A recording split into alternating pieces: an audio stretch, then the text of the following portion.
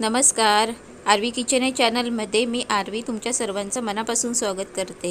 आज आपण भाजणीचं टेन्शन न घेता झटपट असे कोंबडी वडे कसे बनवायचे हे पाहणार आहोत. कोंबडी वडे भाजणी म्हणजे कोंबडी वड्यांसाठी जे पण साहित्य लागतं ते भाजून नंतर ते गिरणीवरून दळून आणलं जातं. त्याला कोंबडी वडे भाजणी बोलतात. पण आज मी तुम्हाला कोंबडी वडे बनवायची अशी पद्धत दाखवणार आहे की त्यामध्ये घाईच्या वेळी तुम्ही झटपट असे कोंबडी वडे बनवू शकता. तर ते कसे बनवायचे हे आपण पाहूया.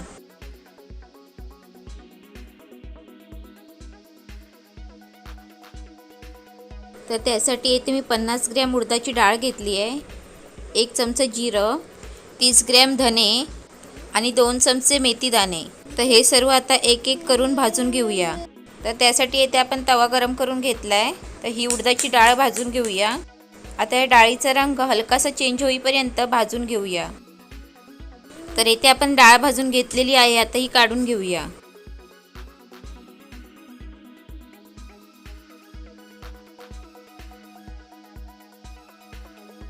आता अशा प्रकारे धने भाजून घेऊया.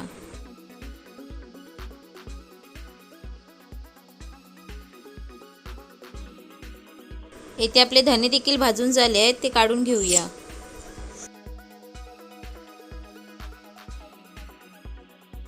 आणि आता मेथी दाणे भाजून घेऊया.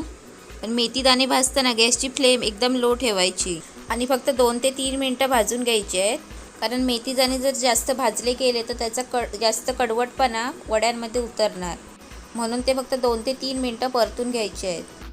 तर येथे आपले मेथी दाणे देखील भाजून झालेले आहेत, आता हे काढून घेऊया.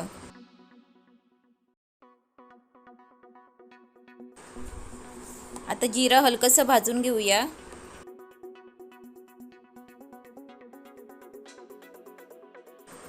जिरं देखील भाजून झालेलं आहे, आता हे काढून घेऊया.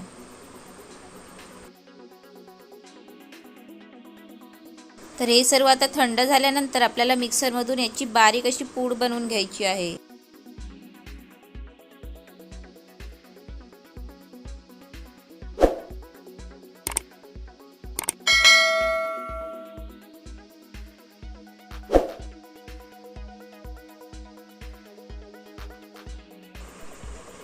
तर इथे तुम्ही बघू शकता मी मिक्सरमधून बारीक अशी पूड बनवून घेतली आहे.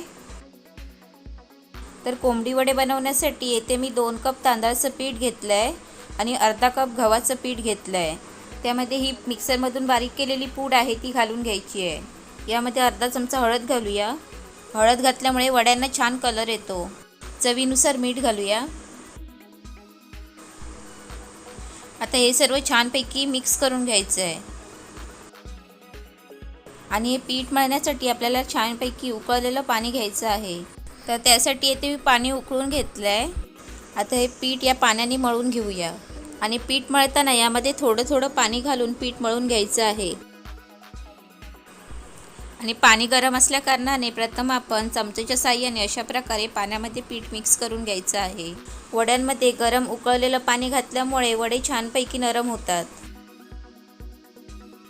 पीठ थोडंसं थंड झालं की अशा प्रकारे हाताने थोडं थोडं करून मळून घ्यायचं आहे. आणि वड्यांचं पीठ एकदम घट्ट असं मळून घ्यायचं आहे. घट्टसर गोळा बनवून घ्यायचा आहे. कारण पीठ मळून झाल्यानंतर ते 1 ते 2 तास आपल्याला साईडला ठेवायचं आहे. त्यामुळे पीठ छानपैकी फुलून येतं आणि त्यामुळे देखील आपले वडे छानपैकी नरम होतात. तर इथे तुम्ही बघू शकता आपलं छानपैकी पीठ मळून झालेलं आहे आणि अशा प्रकारे घट्टसर गोळा बनवून घेतलेला आहे. तर हे पीठ फुलण्यासाठी अशा प्रकारे झाकून 1 ते 2 तास साईडला ठेवायचं आहे. आता हे पीठ मी 2 तास झाकून ठेवलेलं. आता या पिठाला थोडंसं तेल लावून पीठ मळून घेऊया. इथे तुम्ही बघू शकता पीठ छानपैकी नरम झालं आहे. आता या पिठाचे वडे नरम होणार.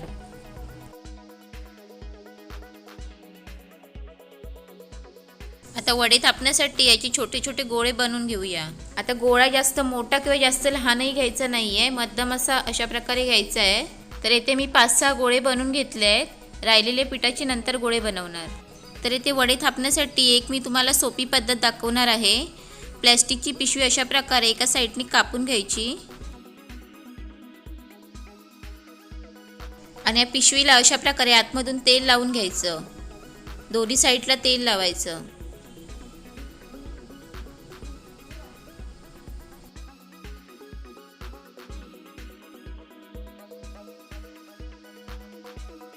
आता अशा प्रकारे पिशवीच्या एका साईडला पिठाचा गोळा ठेवायचा आणि पिशवीचं दुसरी बाजू या पिठावर ठेवून अशा प्रकारे गोळा थापून घ्यायचा। यामुळे पिठाचा गोळा एकदम गोल आणि प्लेन असा थापला जातो। आणि वडा थापताना थोडासा पातळ थापायचा, म्हणजे तो तेलात सोडल्यावर छानपैकी फुगतो।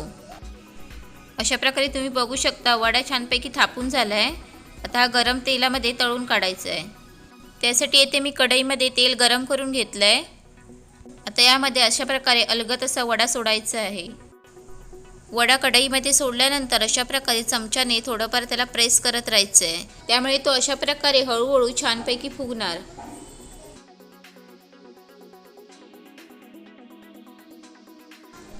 येथे तुम्ही बघू शकता वडा किती छानपैकी फुगला आहे। आता पलटून घेऊया।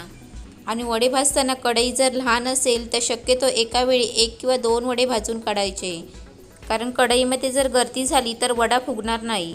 आता हा वडा दोन्ही साईडने छानपैकी भाजून झाला आहे। आता हा काढून घेऊया। तर येथे तुम्ही बघू शकता टम्म असे फुगलेले कोंबडी वडे तयार आहेत। हे तुम्ही चिकनसोबत किंवा काळ्या वाटाण्याच्या सांबारसोबत खाऊ शकता। तर तुम्ही अशा प्रकारे कोंबडी वडे नक्की ट्राय करून पहा। आणि तुम्हाला माझा हा व्हिडिओ आवडला असेल तर प्लीज लाईक, शेअर आणि सबस्क्राईब करा व बाजूचं बेल बटन दाबा, म्हणजेच तुम्हाला माझ्या नवनवीन रेसिपींचं नोटिफिकेशन भेटेल। धन्यवाद।